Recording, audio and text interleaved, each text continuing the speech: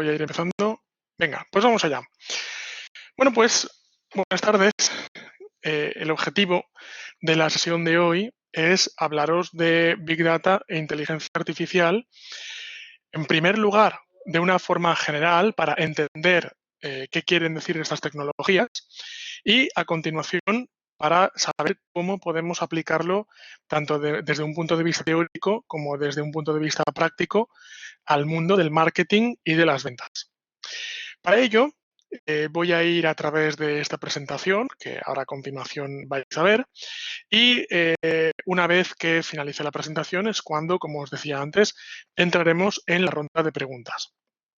Antes de empezar a desarrollar la presentación, dejadme que en primer lugar me presente a mí mismo. Me llamo José Vicente. Ahora viene mi diapositiva preferida de toda la presentación. Fíjate qué bien que quedo en esa diapositiva. Y bueno, básicamente soy un formador y desarrollador de aplicaciones. Tengo esas dos facetas profesionales. Y para no enrollarme mucho acerca de lo que yo hago, básicamente os he puesto ahí mi página web donde podéis encontrar mucha más información acerca de mis especialidades a nivel profesional y de los servicios que ofrezco a nivel empresarial. Dicho esto, vamos a proceder con la presentación y sobre todo, lo primero que me interesa al principio de todo de esta presentación es dejar claro qué es y qué no es o qué son o qué no son estos dos términos que son Big Data e inteligencia artificial. Porque son uno de esos términos que de repente se ponen de moda y mucha gente los usa y no digo que los usen mal, pero hay veces que los usamos sin saber exactamente a qué nos estamos refiriendo. Son términos tecnológicos que en un momento dado parece que se usan, se ponen en todas partes, pero a veces se usan sin saber bien qué quieren decir. Bien, empezamos con el primero de ellos, que es Big Data. Big Data realmente, si nos fijamos, es sencillo. Big Data son grandes datos, son grandes cantidades de datos realmente. Y es la contraposición a lo que conocemos como Small Data. Por cierto, antes de continuar, por si hay alguien así como diría yo quisquilloso con el tema del inglés, supongo que me diréis que la forma correcta de pronunciarlo es Big Data, ¿vale? Pero bueno, estamos en España y pronunciamos como pronunciamos, así que voy a seguir diciendo Big Data, ¿vale? Pero sé que la pronunciación correcta probablemente es otra. En definitiva, son grandes cantidades de datos. De la misma forma, como comentaba anteriormente, que tenemos el término de Big Data, se ha acuñado también el término de Small Data, que hace referencia prácticamente a todas esas cantidades de información que sí que podemos manejar. El Small Data es todo aquello con lo que trabajamos a diariamente y no se nos escapa. El Big Data, por contra, es cuando empezamos a reunir tal cantidad de información que vemos que se nos escapa de nuestras manos y de nuestro control. Se nos escapa de nuestra capacidad de procesar los datos. Y vemos que dentro de esas grandes cantidades de datos probablemente habría información de valor, pero de alguna forma no somos capaces de conseguir sacar ese valor de la información. Dentro del Big Data se suele decir que hay 5 Vs. De hecho, según el autor que consultes, te dirá que hay 5 Vs o te dirán que estas 5 Vs no sirven para nada o te dirán que hay 15 Vs. Pero esto es un poco lo de menos, si hay 5 o 15 o 0. Lo importante de estas Vs es que nos permiten entender de una forma sencilla en qué circunstancias estamos hablando de Big Data. Así que cuando nuestros datos adquieren volumen, estamos hablando de Big Data. Cuando necesitamos acceder a estos datos de una forma suficientemente veloz, ahora comentaré más adelante en la presentación qué quiero decir con veloz, también estamos hablando de Big Data. Por resumirlo, si tenemos una gran cantidad de información y la información es tan grande que para poder sacar una información de valor podríamos estar literalmente 2 años analizando los datos para poder sacar algo, 2 años no es un plazo aceptable, tenemos un problema de velocidad. Hablamos de variedad en los datos. Por ejemplo, para esto he puesto los iconos que veis aquí en la parte de la derecha. He puesto el icono de una hoja de Excel, un documento de Word, una base de datos, una gráfica, una estadística, una analítica, una arroba de un correo electrónico e incluso he puesto este papiro que hay un poco abajo a la derecha, representa papel impreso. Representa la variedad de datos, representa que muchas veces en nuestro día a día tenemos una gran cantidad de datos, pero los tenemos en formatos completamente diferentes. ¿Y cómo cruzo yo un documento de Excel contra facturas en papel, contra correos electrónicos? Yo sé que si mezclo la información, de ahí puedo sacar cosas, pero ¿cómo la mezclo? ¿Vale? Por tanto, la variedad, que los datos estén en varios formatos diferentes, es un problema desde el punto de vista del Big Data. La velocidad de los datos. ¿Hasta qué punto los datos que tenemos son correctos, están actualizados o no? Sobre todo, todos aquellos de vosotros que vengáis de empresas en las cuales se esté trabajando ya con una cosa que se llama calidad del dato, sabréis que la veracidad de los datos es un problema, puede llegar a ser un problema. Cuando hablo de veracidad de los datos, no me refiero a que quien ha introducido los datos haya mentido al introducir los datos, aunque también podría ocurrir. Me refiero a que los datos representen verazmente el estado actual de la información, ¿vale? Y, por último, el valor. El valor, que es la validez que tienen estos datos. Tú imagínate lo que comentaba anteriormente y, por ejemplo, para procesar una serie de datos, imagínate que estoy 2 años y luego me doy cuenta de que los datos con los que había trabajado realmente tampoco representaban una información de un valor excepcional. He perdido el tiempo esos 2 años, ¿vale? Valor quiere decir que los datos con los que estamos trabajando no solo sean numerosos, sino que realmente sean valiosos. Bien, continuamos diciendo que estas 5 Vs a veces acaban siendo exigentes para cualquier ser humano. Aquí es donde entra el problema del Big Data. A veces el volumen es demasiado grande.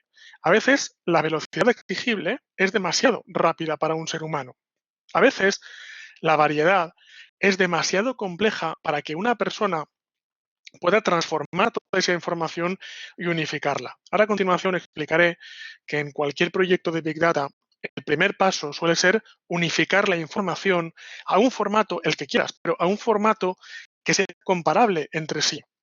Pero claro, tú imagínate el proceso de coger un montón de hojas de cálculo, el proceso de coger un montón de correos electrónicos y convertirlo en una hoja de cálculo, supongamos que la hoja de cálculo es el origen donde vamos a trabajar.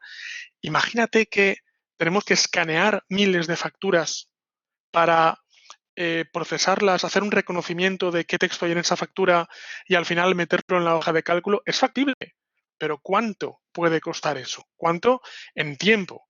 Y al final el tiempo de uno o varios trabajadores pues acaba siendo dinero.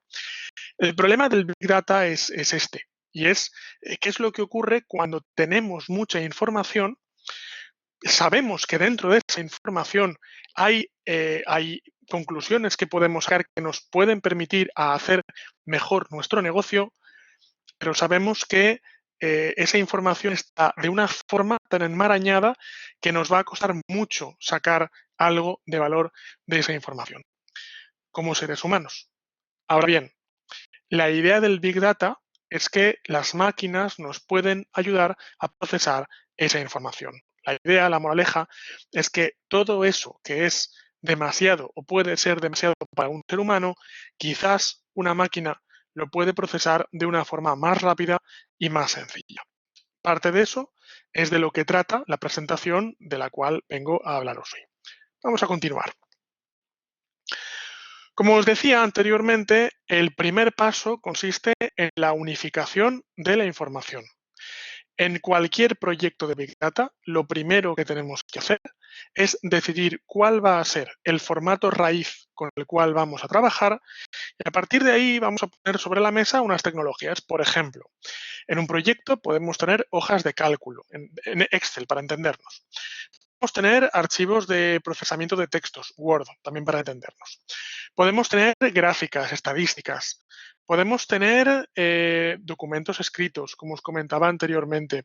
Podemos tener correos electrónicos. He puesto estos ejemplos simplemente por poner una serie de ítems reconocibles por cada uno de vosotros. pero pueden haber muchas más fuentes de información en un proyecto de Big Data. Y en un momento dado, lo que voy a hacer es definir cuál es el soporte con el que voy a trabajar. Por ejemplo, el soporte con el que voy a trabajar en esta simulación es una base de datos.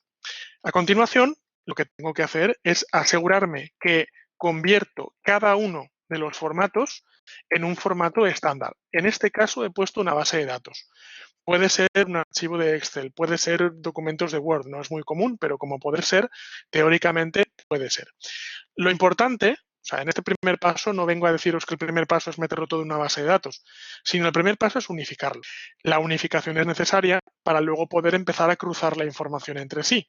Por eso, el formato probablemente es lo de menos dentro de un orden, pero lo importante es que esa información esté puesta de alguna forma que yo a continuación la pueda empezar a cruzar.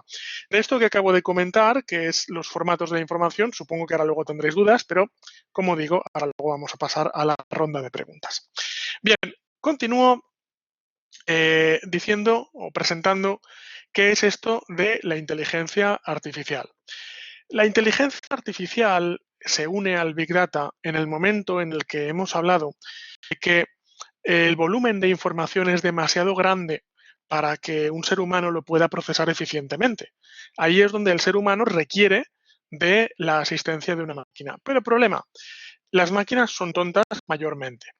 Con esto, en primer lugar, lo que vengo a presentaros es cuáles son los antecedentes de los sistemas informáticos antes de meternos en inteligencia artificial. Es decir, antes de la inteligencia artificial, ¿qué hace realmente un ordenador? Bueno, un ordenador trabaja en base a lo que conocéis como unos y ceros. Seguro que alguna vez habéis oído esto de los unos y ceros, que es básicamente el lenguaje con el que internamente trabaja un ordenador, cualquier ordenador que tenéis hoy encima de la mesa o incluso cualquier teléfono móvil. Los unos y ceros al final se convierten en verdadero y falso. Y así es como trabaja prácticamente cualquier ordenador a día de hoy. Esto es lo que conocemos como lógica booleana. Es más un concepto matemático que un concepto informático. Pero con esto lo que os quiero decir básicamente es que un ordenador a día de hoy es especialmente bueno cuando le pregunto si algo es cierto o es falso. Oye, hoy es miércoles, ¿es cierto o es falso? Un ordenador es fantástico haciendo eso.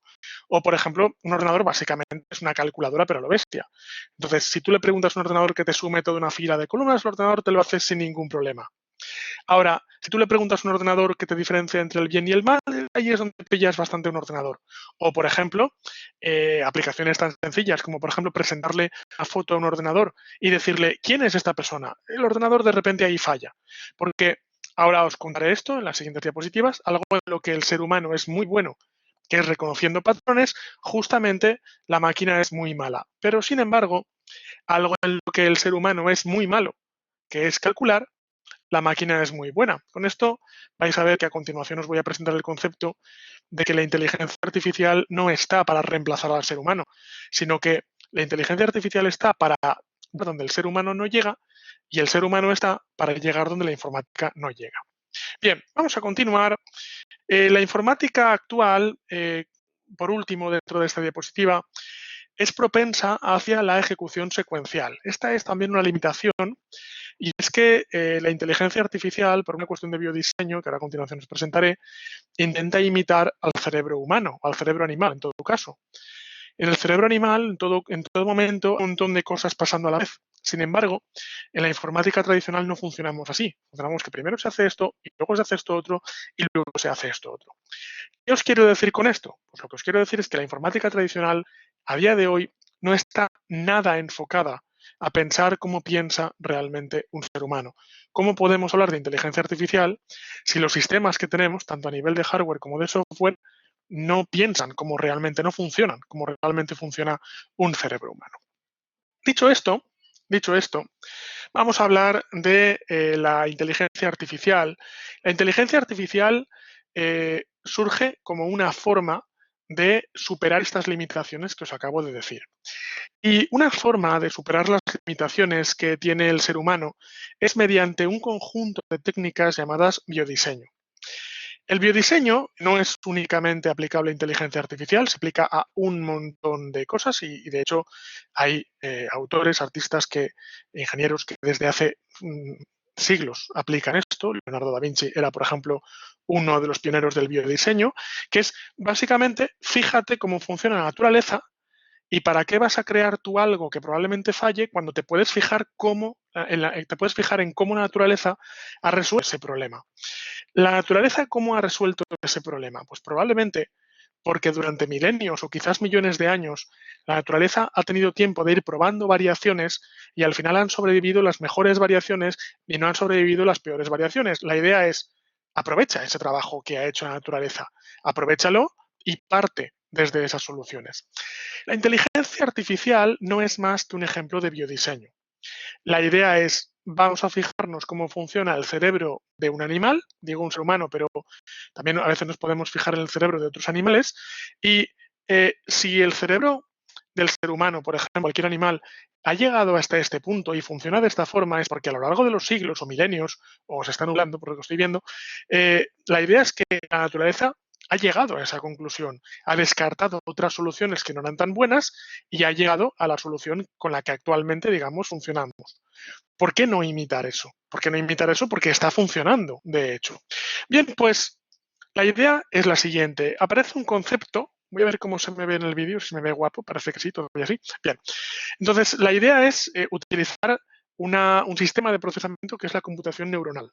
La computación neuronal lo único que hace es intentar comprender cómo funciona el cerebro humano, por ejemplo, y intentar replicar ese comportamiento dentro de un ordenador. ¿Vale? Es por esto que esto plantea retos de hardware y de software, evidentemente, porque por mucho que yo hoy diga, oye, vamos a intentar imitar cómo funciona un cerebro humano, lo cierto es que los procesadores que lleva dentro hoy en día un ordenador están fabricados según las premisas de hace décadas, donde se trabajaba con verdadero o falso. Pero bueno, esto es algo que esperamos que cambie en los siguientes años. Ahora, he puesto esta diapositiva de la inteligencia artificial y el apocalipsis. Disculpadme que ponga esta diapositiva en el año en el que estamos, en 2020, porque es que ya lo último que nos falta es un apocalipsis. Pero bueno, es que ya, total, es como de perdidos al río. Es como, venga, va, si hay un apocalipsis, pues total, estamos preparados para ello. Bien, vamos a decir lo que es y lo que no es la inteligencia artificial. Porque cuando hablamos de inteligencia artificial, muchos pensamos en Terminator. ¿Vale? Para decirlo claramente. Y pensamos que cuidado con la inteligencia artificial porque esto es el rollo de que las máquinas toman el control y nos matan a todos los seres humanos y apocalipsis, ¿vale? No, realmente no es esto. Cuando no sabes todavía de inteligencia artificial, tenemos toda esta vista romántica de que la inteligencia artificial puede dar mucho más de lo que a día de hoy da. Cuando empezamos a profundizar en inteligencia artificial nos damos cuenta de que todavía estamos muy lejos de ese punto en el que las máquinas tomen el control y se vuelvan más inteligentes que los seres humanos. Ojalá estuviéramos ya hoy en ese punto, pero estamos muy lejos. Por ejemplo, dentro del mundo de la inteligencia artificial, diferenciamos entre inteligencia artificial suave e inteligencia artificial fuerte. La inteligencia artificial suave es cuando, por ejemplo, quieres entrenar a una inteligencia artificial para que si le presentas una foto te sepa reconocer de quién estamos hablando.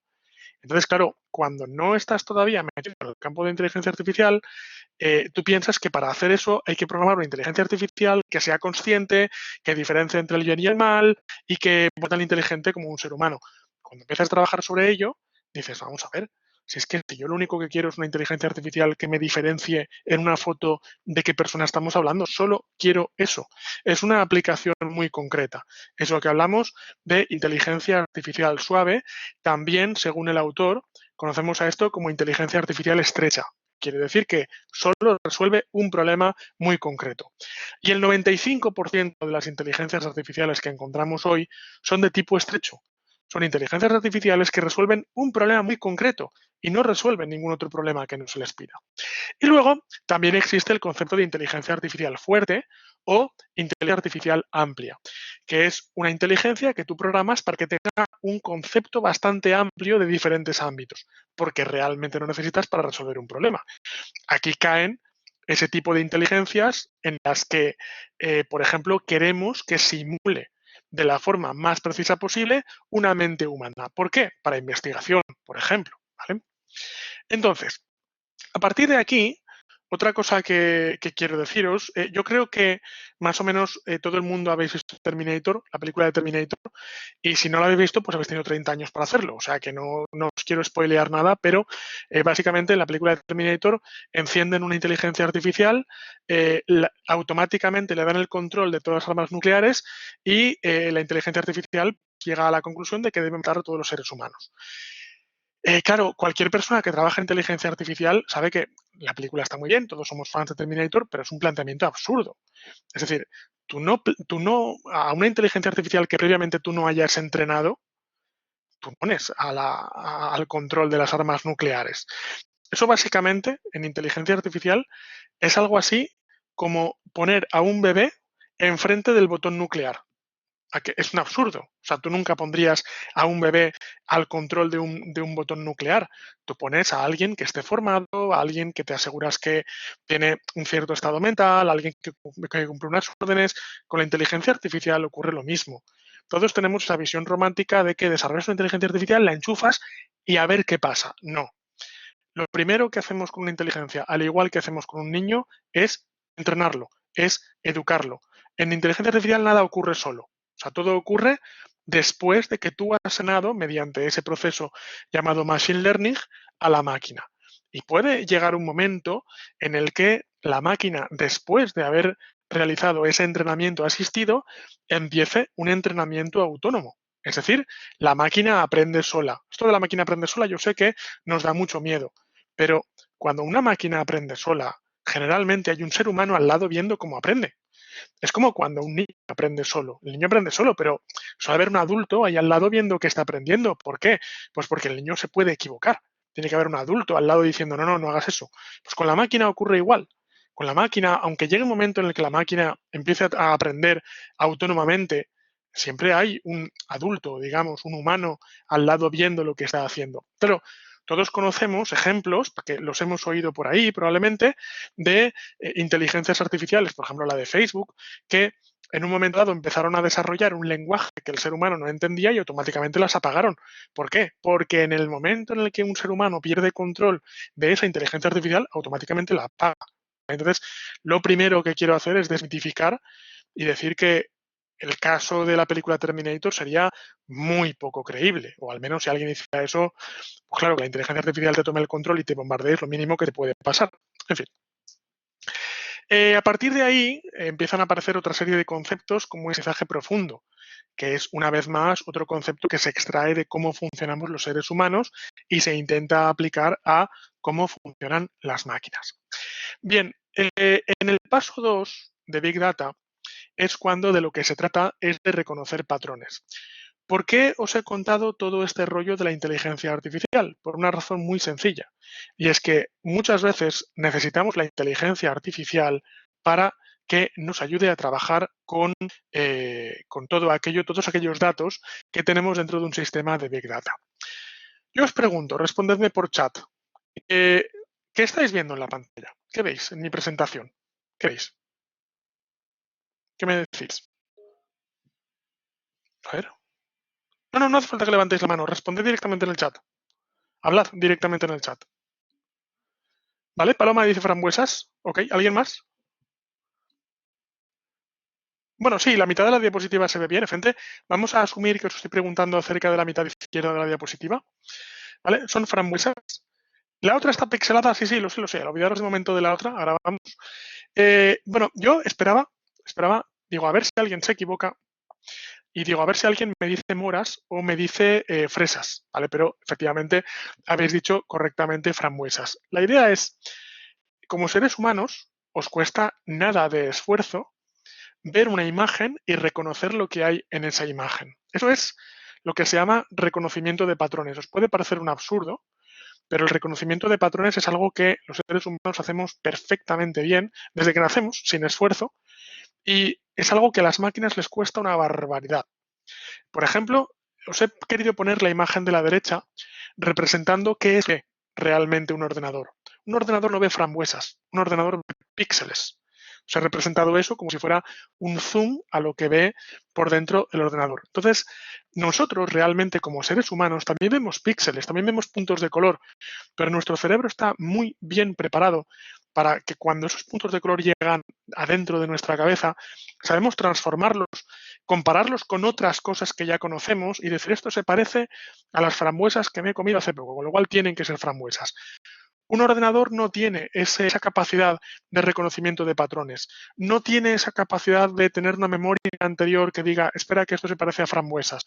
Simplemente ve píxeles de colores y esto es un problema para un ordenador. Es decir, el problema del Big Data no es solo tener una gran cantidad de información. El segundo problema con el que nos encontramos en un sistema de Big Data es que el sistema tiene que ser capaz de entender qué es lo que está viendo.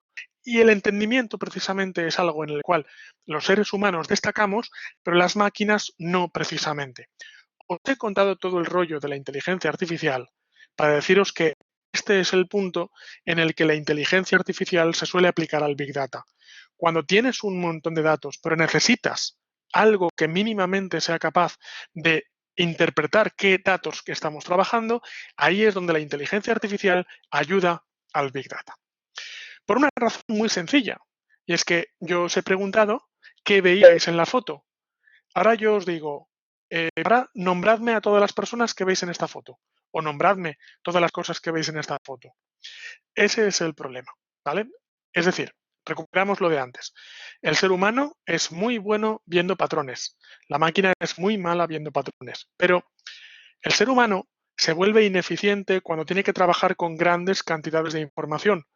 La máquina es muy buena trabajando con grandes cantidades de información. ¿Qué es lo que queremos con la inteligencia artificial? Lo que queremos con la inteligencia artificial es entrenar a una máquina para que sea capaz de detectar ciertos patrones como los detectaría un ser humano, por ejemplo, detectar caras. Y cuando me preguntáis, por ejemplo, en cursos de Big Data, me preguntáis, oye, ¿de qué sirve que una máquina detecte una cara si un ser humano lo puede hacer mejor, mucho más rápido y con menos esfuerzo? La respuesta es que yo no quiero que un sistema de Big Data con inteligencia artificial detecte una cara. Yo quiero que detecte 1 millón de caras. Porque para detectar una cara eso lo puede hacer perfectamente un ser humano. Pero si pones a un ser humano delante de una pantalla a detectar 1000 caras, igual le da algo. Ahí es donde, como os digo, la inteligencia artificial sirve no solo para detectar, también buscamos patrones en datos. Por ejemplo, antes hemos hablado, acabo de poner el ejemplo de fotos, pero pongamos el ejemplo de hojas de Excel. El problema no es solo unir hojas de Excel entre sí. Imagínate que después de unirlas tienes millones y millones y millones y millones de registros. Dices, vale, ya las he unido, pero ahora, ¿qué ser humano trabaja esto? ¿A qué ser humano le doy millones de celdas de hojas de cálculo y le digo que saque información? Una vez más, no puedo, tengo un problema de volumen que el ser humano no puede resolver. Ahí es donde me interesa entrenar a una inteligencia artificial. No para que la inteligencia artificial piense como un ser humano, pero sí para que la inteligencia artificial sea lo suficientemente, lo mínimamente inteligente para poder detectar una serie de patrones y poder localizarme una serie de datos. ¿Vale? Ahí es donde tenemos otra de las características de los proyectos de Big Data que llamaríamos que es el paso 3, que es la visualización. Tú a un ser humano, a cualquiera, le presentas una hoja de cálculo con millones de datos y la mente de cualquier ser humano se funde. Pero yo creo que a todos nosotros nos presentas una gráfica y nos presentas un diagrama de barras y decimos, espera, esto lo entiendo mejor. ¿Vale? Entonces, prácticamente cualquier proyecto de Big Data tiene una fase que es visualización de los datos. Una vez que has extraído conclusiones, has extraído patrones de los datos, los representas gráficamente para que cualquier ser humano con o sin entrenamiento tenga una idea mucho mejor de qué es lo que está ocurriendo en la pantalla, ¿vale? O qué es lo que está ocurriendo en los datos, en definitiva. Una vez que he hecho esta presentación, es cuando a continuación, y para luego, insisto, si tenéis dudas de lo que he planteado, ahora luego en la ronda de preguntas podéis preguntar cómo vamos de hora y 34, ¿vale? Vamos suficientemente bien. Vamos a hablar de para qué sirve todo esto que acabo de explicar para el marketing y, por tanto, para las ventas. La idea es, a día de hoy, el problema que he comentado se da en cualquier equipo de marketing. El marketing, especialmente el marketing digital, es fantástico porque todo se puede medir. Es decir, si yo hago una campaña de marketing offline, si yo hago una campaña de marketing tradicional, si yo pongo, por ejemplo, anuncios en las marquesinas de las paradas de autobús o pongo anuncios en los laterales de los autobuses, ¿yo cómo puedo medir a cuánta gente estoy llegando? Es difícil. O, por ejemplo, si pongo un anuncio en el metro, ahora no, porque ya no podemos ir, pero ya podremos volver al metro. Si pongo un anuncio en el metro, por ejemplo, en la calle Colón, que hay muchos, o en la Activa, ¿cómo puedo saber cuánta gente ve ese anuncio? Es muy difícil averiguar esa información. En cambio, con marketing digital, todo es factible. Si yo pongo una web, yo puedo saber quién entra en esa web y puedo saber muchos datos de las personas que entran en esa web. Si yo tengo una aplicación electrónica de facturación, yo tengo un montón de facturas y puedo averiguar cosas de esas facturas. Si yo creo una campaña en redes sociales, yo puedo sacar un montón de información de cuánta gente ha visto mi anuncio, cuántos han clicado, qué edad tenían, de qué países venían. Puedo averiguar un montón de cosas, pero el problema que empiezan a tener muchas empresas a día de hoy, no solo de marketing, porque estamos hablando hoy de marketing, pero este problema se da en muchos otros tipos de empresa, es que es posible adquirir esa información, de hecho se está adquiriendo, pero hay un descompás entre el torrente de información que está entrando en nuestra empresa y nuestra capacidad para procesar efectivamente esa información. ¿Cuál es la realidad a día de hoy de muchas empresas? Pues que se adquiere esa información, pero simplemente o no se sabe cómo procesar esa información o aunque se supiera no hay recursos para procesar esa información y simplemente se va acumulando, pero por el día a día se va obviando, se va archivando.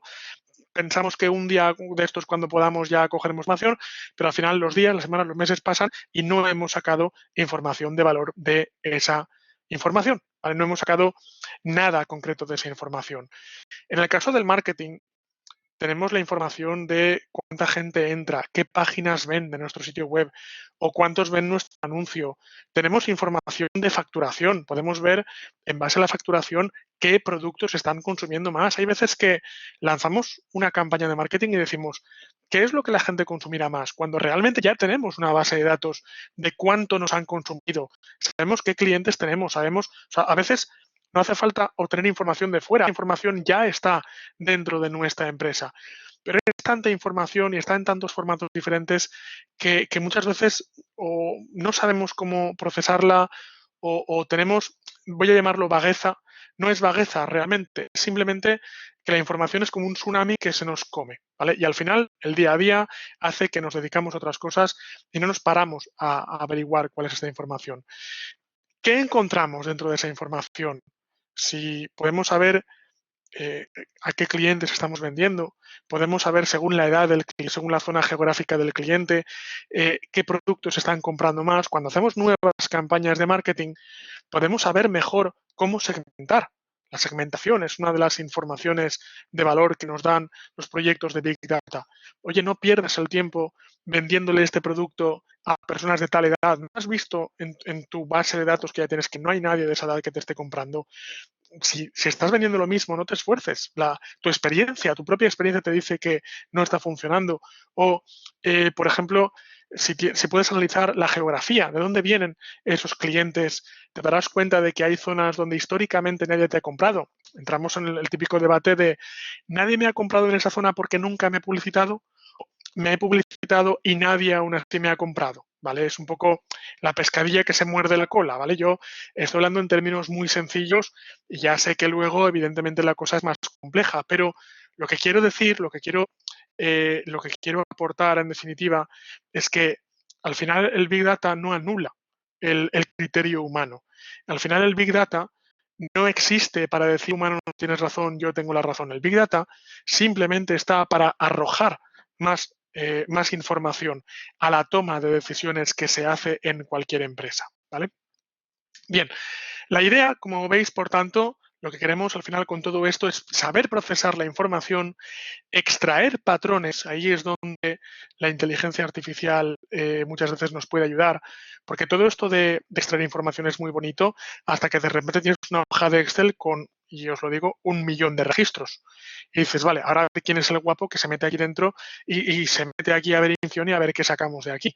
Allí es donde en la extracción de patrones es cuando podemos utilizar programas informáticos para que los programas informáticos machaquen esa gran cantidad de información y nos den algo de valor, nos ayuden un poco. Y luego siempre la última decisión la va a tomar un ser humano, pero por lo menos la inteligencia artificial te da la información en bandeja. Y finalmente, sacar conclusiones. ¿Vale? Bien, entro en la última parte teórica de la exposición de hoy y quiero finalizar con una sección específicamente pensada para hablar de herramientas de Big Data, porque hasta ahora he hablado mucho en la teoría, pero cuando llego a este punto, generalmente la gente suele decir, ya puedo saber de qué va el Big Data, ya puedo saber si me interesa o no, ahora quiero saber cómo hago esto. Ya no quiero la teoría, quiero que me diga exactamente qué es lo que me tengo que instalar. Y aquí es donde probablemente la presentación mucho se puede volver un poco decepcionante. Os digo por qué. Cuando suelo llegar a este punto, la gente lo que suele preguntarme es, bueno, ¿cuál es la aplicación que me tengo que instalar en mi ordenador para hacer Big Data? Porque muchas personas creen, y ojalá fuera así, pero muchas personas creen que a día de hoy Big Data es algo así como instalarse una aplicación como el Word, que me la instalo y empiezo a hacer cosas y salen de ahí proyectos de Big Data. Y no digo que en el futuro no exista ese tipo de aplicaciones, ojalá que existan, pero a día de hoy todavía no es así de sencillo. Para demostrároslo, para que veáis que no es algo que yo os digo porque a mí me da la gana, lo que he hecho es, y os invito a vosotros a que hagáis lo mismo, es meterme en Google y poner Big Data herramientas y a ver qué sale. Y he realizado una pequeña investigación porque, insisto, o sea, yo podría venir aquí y contaros cuál es mi set de herramientas para hacer Big Data, pero vosotros me podréis decir, bueno, nos estás contando tu película. No quiero que os quedéis con la percepción de que os estoy contando mi película. Quiero que vosotros mismos hagáis una investigación y veréis que lo que yo os estoy contando es básicamente lo mismo que podéis ver en cualquier sitio. La idea de este webinar es que si tú te metes a palo seco a averiguar herramientas de Big Data, vas a ver muchos nombres y vas a decir, vale, no sé qué es todo esto. La idea hoy de este webinar es poneros criterio, daros el criterio de para qué sirve cada herramienta para que cuando os pongáis a averiguar podáis saber de qué os están hablando. Bien, a continuación he hecho un poco de copia-pega de lo que he ido encontrando por diferentes páginas y empiezan a aparecer una serie de nombres. Y aquí es donde aquellos que nos dedicamos un poco al tema de la informática, es donde empezamos a frotarnos las manos, pero aquellas personas que no os dedicáis específicamente a la informática, es donde esto se os hace como una montaña. Es como, cuántas cosas y no sé cuál es la buena y no sé por dónde empezar. De hecho, si empezáis a consultar varias fuentes, veréis que algunas de ellas coinciden, otras no tanto. Entonces, dentro de este mare magnum de palabras, lo que he hecho es, a continuación, en las siguientes diapositivas, analizar qué quieren decir y agrupar palabrejas de estas en grupos que podéis entender. Entonces, a día de hoy, en cuanto a herramientas para Big Data, ahora volveré a esto, que es Google Trends. A día de hoy, lo primero que encontramos son lenguajes de programación. Lo primero que hace falta para implementar un proyecto de Big Data es aprender uno o varios lenguajes de programación. Si navegáis, si buscáis información, veréis que hay dos lenguajes de programación que se repiten bastante, que son Python, Python, y el lenguaje R. Lo del lenguaje R es una coña, pero hay un montón de lenguajes de programación que se nombran por una letra. Entonces, el lenguaje R es un lenguaje estadístico, hay lenguaje C, por ejemplo, hay lenguaje B, no se usa mucho, pero existe. Entonces, yo os pregunto, si alguien puede decirlo en el chat del webinar, ¿por qué diríais que estos dos lenguajes son los más utilizados en el mundo de Big Data?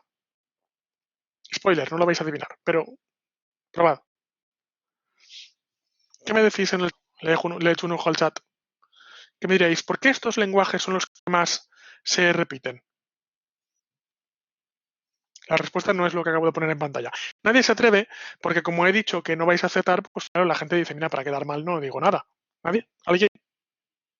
¿Nadie se atreve? Vale. Voy a decir yo la respuesta. La razón por la cual, a ver, ¿alguien dice algo? Pues sí, Paloma. Efectivamente, la respuesta que ha dado Paloma es la correcta. Generalmente, cuando alguien ve que estos lenguajes son los más utilizados, la gente suele decir, ¿será porque son los más potentes? Pues no, de hecho, esos lenguajes tienen de todo menos potencia. La respuesta correcta es la que ha hecho Paloma en el chat. Se usan esos lenguajes porque son los más fáciles de aprender. De hecho, con bastante diferencia, Python es un lenguaje que está diseñado específicamente para que sea fácil de aprender con respecto a otros lenguajes que son más potentes, pero mucho más complejos de aprender. Debéis tener en cuenta una cosa, y es que la filosofía Big Data es una filosofía muy horizontal, muy transversal. Eso quiere decir que es una filosofía que interesa a muchas personas. Por ejemplo, en este caso, estamos hablando hoy de marketing. Por ejemplo, es el mundo de la medicina, el mundo de la salud. Big Data también se usa para proyectos de medicina, para diagnóstico. Pero un médico no es un programador informático. Un médico es una persona que se dedica a otra serie de cosas. Y alguien de marketing tampoco tiene que ser alguien que se dedique a programar informáticamente. Así que la idea de todo esto es que usamos lenguajes como Python o como R porque son lenguajes fáciles de aprender. Y aún así, lo siento mucho, son lenguajes de programación. Eso quiere decir, como os decía hace un momento, que no existe a día de hoy un programa, insisto, como Word o como Excel, que es un programa sencillísimo de usar para hacer Big Data. Ojalá existiera, pero a día de hoy, para hacer Big Data, hay que aprender un mínimo lenguaje de programación. Siguiente. A continuación de un lenguaje de programación, hace falta aprender una o varias bases de datos. Entonces, una muy famosa es MongoDB. Vamos a hablar realmente muy rápidamente de que existen bases de datos de tipo SQL y no SQL. Las bases de datos de tipo SQL básicamente son bases de datos en tablas y las bases de datos no SQL son bases de datos donde se admite todo, se puede guardar de todo, incluido documentos. Las bases de datos, especialmente como el lenguaje Python, no son bases de datos de tipo... Espera, que se me ha apagado la cámara, creo. Un momento, que voy a poner a grabar otra vez. Vale. Entonces, no son bases de datos específicas para inteligencia artificial, ni para Big Data tampoco. Son bases de datos genéricas que utilizamos para trabajar con Big Data. Una vez más, son herramientas que no son específicas, pero se usan para trabajar dentro de Big Data. Hasta el momento, por resumir, hace falta aprender como mínimo un lenguaje de programación, por mí, cuanto más fácil mejor, y como mínimo también una base, porque al final en Big Data trabajamos con datos. ¿Y qué mejor plataforma para guardar datos que una base de datos? Están diseñadas específicamente para eso. ¿Vale? Siguiente cuestión. Vale, vamos a hacer Cassandra. MongoDB y Cassandra son otros tipos de base de datos, lo he puesto como ejemplo. Por último, tenemos entornos. Esto es lo más difícil de comprender. Entornos como Spark o como Hadoop no son más que entornos de ejecución que proporcionan herramientas de cálculo distribuido. ¿Qué quiere decir esto? De forma muy sencilla y entendible, los proyectos de Big Data a veces requieren mucha potencia de cálculo y a veces esa potencia de cálculo no la podemos encontrar en nuestros propios ordenadores. Así que, ¿qué es lo que hacemos? Utilizamos servicios de proveedores, tales como por ejemplo Apache, tales como por ejemplo Amazon, que nos ponen servidores a nuestra disposición para que con esos servidores remotos, con más potencia, podamos realizar esos cálculos de Big Data de una forma más rápida. Así que, por resumir y por concluir, tres cosas principales para poner en marcha un proyecto de Big Data. Primero, saber trabajar con lenguaje de programación para procesar esos datos. Segundo, saber trabajar con una base de datos para contener esos datos. Y tercero, opcional, saber trabajar con algún entorno de desarrollo para poder acelerar nuestro flujo de trabajo trabajando con grandes cantidades de datos. Eso es lo que se requiere para poner en marcha un proyecto de Big Data. Siento no dar una solución tan simplista como quizás podríais esperar, una solución del tipo, instálate el programa tal y ya tienes ahí todo el Big Data metido. Ojalá. Seguro que en el futuro existe alguna aplicación así. Hoy, desgraciadamente, no. Así que por eso lo que sí que quería es, dentro de que no os puedo decir un programa, sí que os puedo dar una serie de claves lo suficientemente claras como para que tengáis una idea mucho más clara de por dónde empezar. Porque hay veces que si empezamos a buscar información por ahí por internet y entramos en aquí, y entramos en páginas como estas, podemos resultar inundados con toda esta información y decir, madre mía, ¿yo por aquí por dónde empiezo?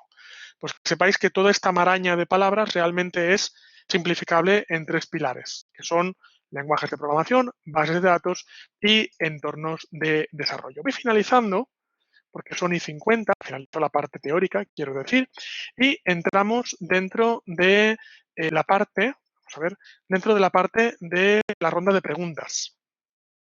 Y para la ronda de preguntas he querido acabar con esta diapositiva, que ya sabéis que es mi preferida de toda la presentación, porque es algo súper guapo en esa diapositiva, o al menos yo lo pienso.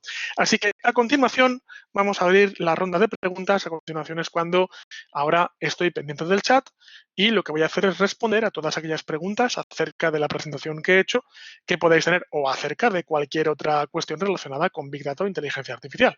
Así que contadme. Bien, vamos a ver. Isa nos dice que se abre audio y chat. Y eso quiere decir que aquellos que queráis participar lo podéis hacer o bien abriendo el micro ya sabéis que es el pequeño icono que tenéis en la parte de abajo. Si queréis podéis abrir también cámara, no hay ningún problema. O bien los que tengáis un poco más de vergüenza de abrir el micro, podéis escribir la pregunta por el chat, como queráis. Eso es. Sí, quien quiera puede abrir micro y vídeo. Abrir vídeo no es obligatorio, pero pues, si alguien quiere abrir vídeo y así lo vemos, no hay ningún problema, queráis. Y si alguien tiene más vergüenza, lo escribe por chat y no pasa nada. ¿Alguien? Vale, vamos a ver. Y aquí empezamos con las preguntas, con una pregunta muy interesante, que es ¿cómo califico, en definitiva, no ya las herramientas de Business Intelligence de Microsoft, sino también, por ejemplo, me podrías preguntar por Microsoft Azure, que también nos proporciona herramientas específicas para trabajar con Big Data? Y a partir de aquí, de hecho, muchas gracias por hacerme esta pregunta, porque así me has ahorrado yo sacar. Yo te digo que, ¿qué es lo que tú harías y qué es lo que yo haría si fuéramos Microsoft? Pues evidentemente lo que haríamos es intentar subirnos al carro del Big Data. Entonces, a partir de aquí, ¿qué es lo que hace Microsoft? Si sabe que la gente está esperando que exista una aplicación como Word o como Excel, lo que hace es que propone herramientas que a día de hoy todavía no son o no tienen la facilidad, pero empieza a lanzar algunas herramientas que están en fase beta para empezar a trabajar con Big Data. Entonces, de la misma forma que Microsoft lo está haciendo, hay otras empresas, por ejemplo, Autodesk, que es una empresa que me preguntas por Microsoft, vamos a decir que no es la única que está proponiendo desarrollos de Big Data. Por ejemplo, Autodesk está haciendo desarrollos de Big Data e inteligencia artificial aplicado a diseño de producto. Oracle también está lanzando sus propias herramientas para trabajar con Big Data. Son herramientas que, en definitiva, mediante las cuales las grandes empresas intentan dar un paso adelante e intentan dar una solución, e insisto, para al final quedarse con la gente. O sea, ¿qué ha hecho Microsoft? Microsoft he triunfado con Office, he triunfado en el PC, he perdido la ola del móvil, no quiero perder la ola del Big Data. Y empieza a desarrollar herramientas que a día de hoy todavía no se puede considerar, y no es que lo diga yo, es que te lo dice el mismo Microsoft, no se puede considerar que tengan un nivel de madurez tal como para tener, digamos, el mismo estatus que Microsoft Office. Son herramientas muy experimentales, pero que evidentemente son esfuerzos muy loables por parte de las grandes empresas de dar una solución a las personas. Vamos a leer más preguntas. De todas formas, yo voy leyendo más preguntas, Elena, y si ahora luego tú ves que con lo que estoy comentando no he respondido a tu pregunta, puedes repreguntar, ¿vale? No hay ningún problema. Paloma, ¿Big Data sirve para más cosas aparte de establecer conclusiones con la información? Sí, de hecho. ¿Puedes poner un ejemplo concreto de cómo una empresa ha utilizado Big Data? A ver, mira, la idea es la siguiente. La idea es que sirve para no solo procesar grandes cantidades de información, sino sirve para prácticamente cualquier otra cosa. Te voy a poner el ejemplo típico. El ejemplo típico, porque es un ejemplo que podéis comprender muy fácilmente, es Big Data aplicado para no solo procesar, sino diagnosticar en el mundo sanitario. Tú, por ejemplo, imagínate que tienes una serie de radiografías, tags, en definitiva, imagen de una serie de tumores de pacientes. Y tú tienes un médico que evidentemente tiene una serie de años de formación, años largos y duros de formación, tiene luego una residencia y luego tiene una experiencia profesional, ¿vale? O sea, estamos hablando de un médico que es un profesional muy cualificado. Pero claro, aunque sea un profesional muy cualificado, al final no deja de ser una persona humana. Y claro, cuando tú a un médico le pides que evalúe según una radiografía o según una imagen generada un tumor, ese médico, inevitablemente, porque somos seres humanos, tiene un porcentaje de error. En cambio, si tú coges un montón de... dilemas éticos, ahora vamos a eso, Alison. Si tú tienes un montón de radiografías, cuando digo un montón quiero decir millones de radiografías o de tags o de lo que sea, de años anteriores, y en esas imágenes generadas o imágenes tomadas de pacientes, tú sabes, porque son del pasado, cuáles eran tumores y cuáles no eran nada. Tú le puedes alimentar toda esa información a un sistema y decirle, sistema, toda esta pila de aquí son tumores y toda la de aquí no son nada. Revísalo y en base a eso aprende para cuando yo te pase una nueva imagen poder diagnosticar. Y lo que estamos encontrando, y ese caso es muy representativo, porque el Big Data en ese caso a veces llega a tener porcentajes de eficacia mayores que los de un ser humano muy cualificado, como es un médico, lo que encontramos es que la máquina, la inteligencia artificial, es capaz de diagnosticar no con un índice de eficacia del 100%, pero sí con un índice de acierto mayor que el de un ser humano. Tú me dices un ejemplo, te puedo poner muchos más.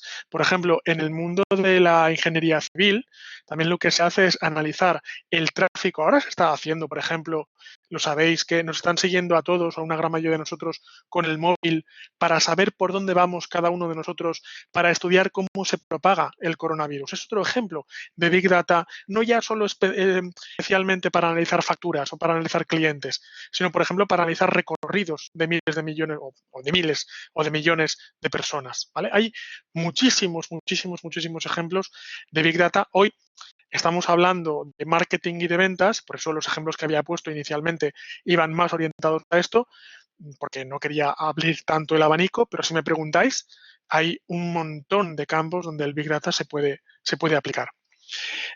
Vamos con Alison y gracias a ti, Paloma. Y Alison pregunta, ¿cualquiera puede incorporar el Big Data a la inteligencia artificial? En concreto, una del sector del metal. Bien, la respuesta, Alison, es que sí y no. Es decir, la respuesta realmente la tienes en las tres pautas que he dado antes en cuanto al lenguaje de programación, base de datos y entorno de ejecución. Entonces, cualquier empresa que pueda destinar al menos un empleado a estar trabajando con esa serie de tecnologías, sí.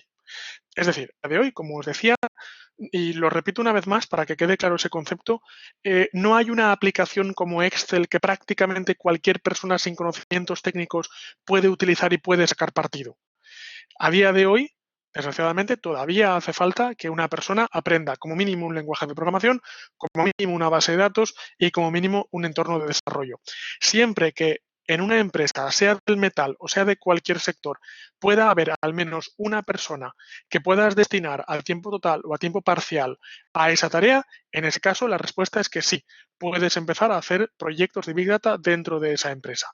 La respuesta es que no, entonces es difícil. O bien subcontratas el proyecto fuera, o bien, si no tienes la capacidad ni de subcontratarlo ni de destinar a una persona dentro de la empresa, en ese caso ahí sí que la respuesta es que se dificulta la ejecución de proyectos de Big Data por parte de ese tipo de empresas. E insisto, no hablo de empresas del sector del metal, porque a efectos de Big Data da igual del sector que sea una empresa concreta. ¿Vale? Y Alison, la segunda pregunta que haces es la pregunta muy interesante y ahí podríamos estar horas y horas hablando de esa pregunta y de las respuestas, que son los dilemas éticos del Big Data. Concretamente, hay dilemas éticos tanto en Big Data como en inteligencia artificial. Un dilema, por ejemplo, en Big Data, es que inevitablemente de lo primero que sacas, especialmente en marketing, es patrones de comportamiento de personas reales, patrones de comportamiento de tus clientes o patrones de comportamiento de tus usuarios. Pongámonos en el otro lado. Y demos por hecho, por cierto, que hace ya años, cuando no décadas, en el caso de ciertas empresas, que hay empresas que están sacando patrones de nuestros comportamientos. Esto lo sabéis y de hecho, Alison, tú que eres alumna mía de marketing, lo hemos hablado en clase. Están sacando hace años patrones de nosotros. ¿Nos hace gracia? No, ciertamente no. Las empresas como Google, como Microsoft, como Apple, ya hace años que están usando nuestra información de conexión para sacar pautas de conducta y, por ejemplo, en marketing para ofrecernos unos productos u otros. ¿Qué es lo que te quiero decir con esto, Alison? Pues que efectivamente un montón de cuestiones relacionadas con ética aplicada a Big Data. ¿Qué ocurre? Que hasta el momento nosotros, como usuarios de las grandes corporaciones, hemos sido los sufridores de esas tecnologías. Se nos aplican patrones, ¿qué vamos a hacer? Claro, cuando esas tecnologías empiezan a estar en nuestras manos y nosotros podemos analizar los patrones de comportamiento de otros usuarios, es cuando nos podemos empezar a plantear estos dilemas éticos.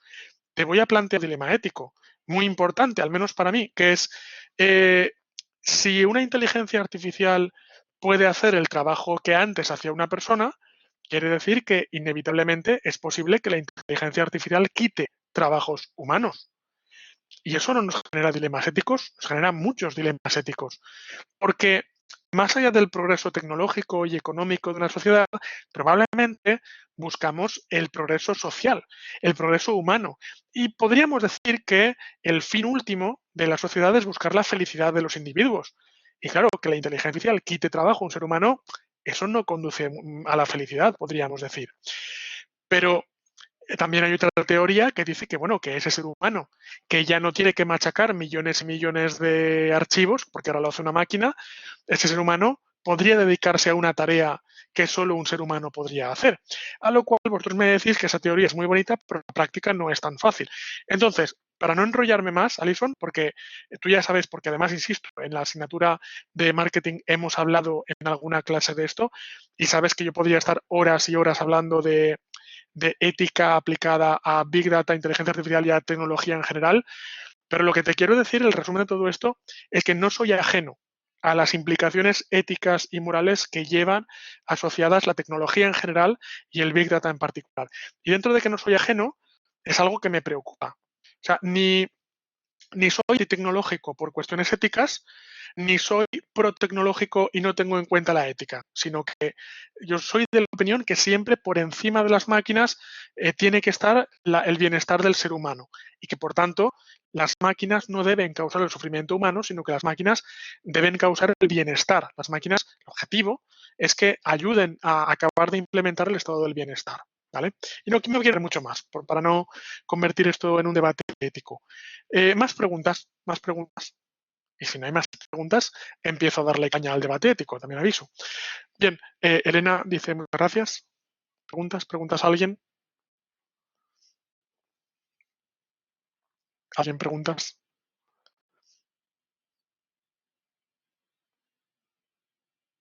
¿Nadie? Pues como no hay preguntas, o sea, si vais preguntando, lo podéis ir poniendo por el chat, ¿vale? Yo voy a contar una cosita más, la última, pero que yo empiece ahora de nuevo a hablar no quiere decir que dejéis de preguntar, o sea, ir preguntando cosas por el chat. Hay dos diapositivas que me he dejado. Hay dos diapositivas que me he dejado, que he pasado rápidamente, que son diapositivas relacionadas con el estado actual en el que se encuentra la implementación de Big Data, tanto a nivel mundial. Esta gráfica, como podéis ver por aquí, representa, a ver, clic, representa a todo el mundo. Déjame que ponga el puntero. Esta gráfica representa a todo el mundo, mientras que la de la pantalla siguiente representa solo España. Los que me conocéis también sabéis que si no hago una presentación sin poner Google Trends, reviento, ¿vale? Entonces tenía que poner algún Google Trends en la presentación de hoy. Esto que estáis viendo es la prevalencia del término Big Data y Data Science a nivel mundial. Una cosa que os quiero decir es que aquí en España todavía estamos usando el término Big Data, pero a nivel mundial, como podéis ver en la gráfica roja, el término Data Science hace ya un año y pico que está superando al término Big Data. Son términos, es lo de menos, o también os tengo que decir. Pero simplemente quiero deciros que Big Data hace referencia a un término muy concreto a una disciplina muy concreta, que es la de procesamiento de datos, y Data Science, ciencia de los datos, engloba a Big Data, a inteligencia artificial y a muchas otras cosas más. ¿Vale? Lo digo porque os he querido mostrar esta gráfica de lo que pasa a nivel mundial, porque es probable que en los próximos años empecéis a dejar de oír el término Big Data y empecéis a oír el término Data Science. En España, sin embargo, porque a nivel tecnológico ya sabéis que siempre vamos por detrás de otros países, todavía lo que tenemos es el término Big Data y el término Data Science empieza a subir. ¿Vale? Entonces he querido poneros esta gráfica. También he querido poneros esta gráfica. Vamos a España, por ejemplo, vamos a nivel mundial, me da igual. Estoy viendo por ahí preguntas. Ahora entro de disco arranque casi lleno, un momentín. Eso quiere decir que me he pasado ya con el vídeo. ¡Pam! Voy a parar el vídeo. Un segundín, perdonadme que grabe este vídeo y un segundín lo guardo en datos y ya está. Vale, y me vuelvo aquí. Venga, Chrome. Vale, vuelvo. Entonces, antes de ver la pregunta que me acabáis de hacer, simplemente lo que quiero deciros es que otra de las razones por las cuales no existe una herramienta unificada para hacer Big Data es que tened en cuenta que esto del Big Data empieza a ponerse de moda en 2011, o sea, hace todavía no 10 años. ¿Cuál es la razón por la que todavía hoy no hay una herramienta unificada para trabajar con este tipo de proyectos? Pues porque tened en cuenta que Big Data es una disciplina reciente y la inteligencia artificial, desde un punto de vista operativo, es más reciente todavía. Digo operativo. Si alguien se me pone a hablar de los fundamentos de inteligencia artificial, nos podemos ir hasta los años 60, ¿vale? Pero una cosa es fundamentos que no había tecnología para implementarlos, otra cosa es cuando nos encontramos un estatus en el que la tecnología dice, oye, ya te puedes permitir no solo la teoría, sino también aplicarlo a la práctica, ¿vale? Vamos a ver, Mariola, resumen. Mariola, si quisiera ahora implantar la info de hoy, tendríais que descargar una herramienta como Hadoop, por ejemplo, elegir un patrón, una base de datos y mirar una plataforma de entorno. Sí, correcto, efectivamente. Para resumirlo, Mariola, y para resumirlo todos realmente, si tuvierais que empezar un proyecto de Big Data hoy, mi recomendación sería, punto número 1, coge un lenguaje de programación lo más sencillo posible. Python, R o JavaScript o cualquier lenguaje de programación que sea sencillo. Quiero decir, métete en Google y pon lenguaje de programación sencillo, el más sencillo que pilles. 2, trabajar con una base de datos. Una base de datos, te lo vuelvo a decir, la más sencilla posible. MongoDB es sencilla, MySQL es sencilla, Microsoft Access también es una base de datos. Incluso Excel, para hacerlo, se puede considerar una base de datos. Estos dos son los pilares principales de un proyecto de Big Data. Y con eso puedes hacer proyectos de Big Data en tu propio ordenador y puedes hacer un montón de cálculos y sacar un montón de conclusiones. Y solo en el caso de que tu ordenador se te quede pequeño y necesites más potencia, es cuando te recomiendo el tercer pilar, que es Hadoop o es Apache Spark, que básicamente consiste en subcontratar servidores en la nube para, usando ordenadores más potentes que el que tienes tú en casa, poder acelerar esos cálculos de Big Data. Pero insisto, primero, lenguaje de programación lo más sencillo que puedas para empezar, especialmente si no te dedicas a desarrollar aplicaciones. Y segundo, base de datos lo más sencilla que puedas para empezar. Y si te dedicas y empiezas a trabajar en Big Data, te dedicas a esto, al final, el lenguaje de programación sencillo, por ejemplo Python, se te quedará pequeño. Y cuando llegue ese momento ya aprenderás otro más complejo, pero ya tendrás una base. Lo que no quiero, ni quiero yo ni quiere nadie real en Big Data, es que os metáis de cabeza con un lenguaje de programación complejo, porque entonces lo que ocurrirá, escuchadme lo que os digo, es que se os quitarán las ganas de hacer Big Data. Porque cuando os deis cuenta de lo que cuesta aprender un lenguaje de programación complejo, diréis, mira, no me vale la pena, ¿vale? Entonces, no intentéis correr antes que andar. Primero empezad con un lenguaje de programación que sea lo más sencillo posible y ya cuando le pilléis el gustillo a la cosa es cuando ya, si queréis, aprendéis un lenguaje de programación más complejo, pero teniendo claro para qué lo estáis haciendo. ¿Vale? Más cosas. Y lo que acabo de decir, Mariola, es para cualquier tipo de información.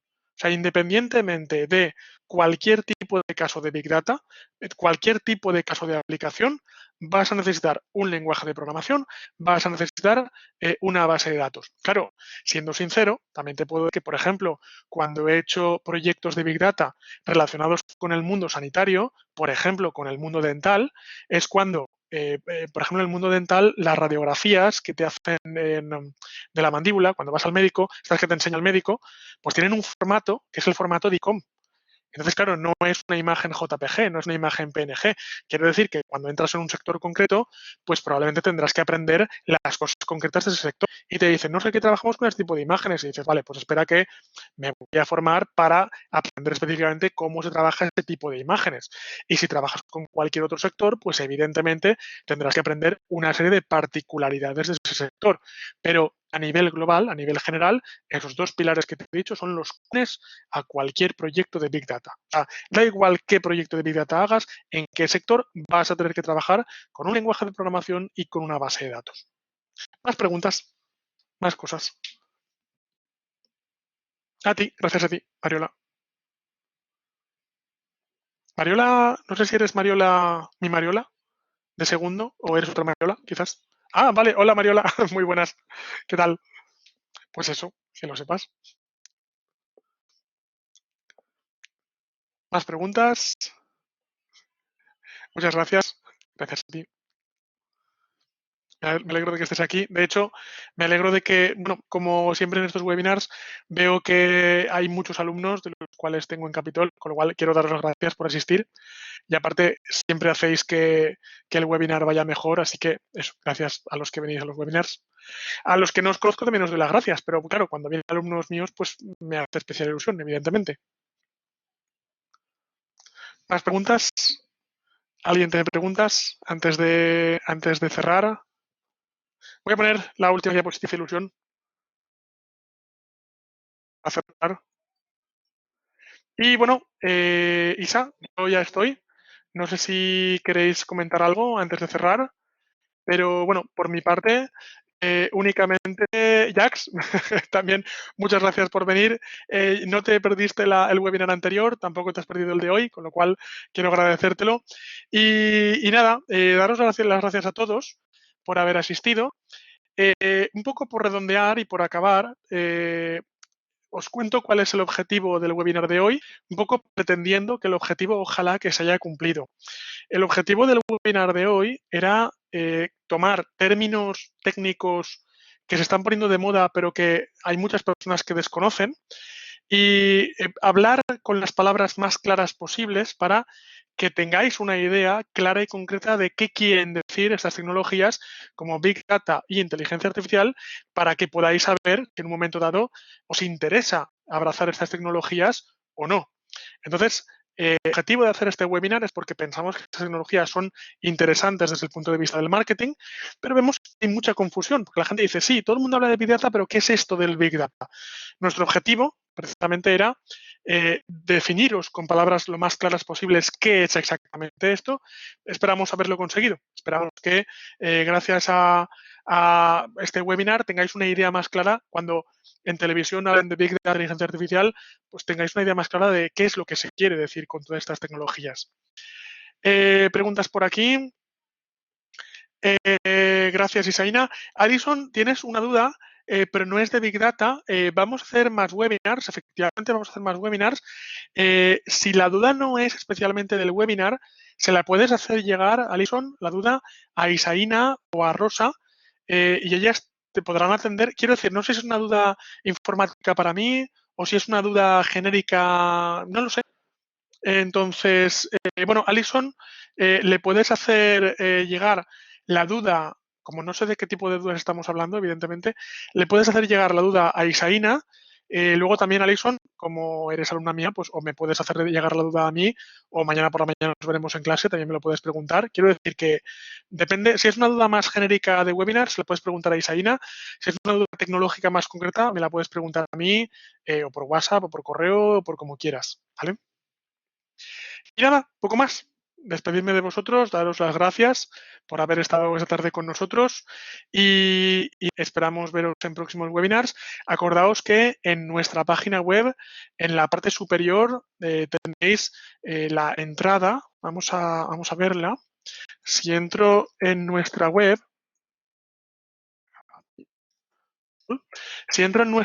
si preguntáis por el tema de webinars, veréis que dentro de FP a distancia tenéis webinars gratis y quiero finalizar el webinar diciendo que tenemos el día 30 de abril, es decir, un webinar de herramientas de coaching educativo que lo imparte Juan Fernando Bou, y tenemos el día 6 de mayo un webinar acerca de la actitud personal impartido por Olga Sánchez. Con esto lo que os quiero decir es que si estáis interesados en asistir a más de nuestros webinars, podéis entrar dentro de nuestra web y podéis apuntaros aquí abajo en el formulario de inscripción. ¿Vale? Y bueno, nada, poco más, lo que os decía por mi parte. Vamos finalizando la sesión. Yo me quedo por aquí por si alguien tiene una pregunta, alguna consulta más y cualquier cosa que necesitéis, me podéis preguntar.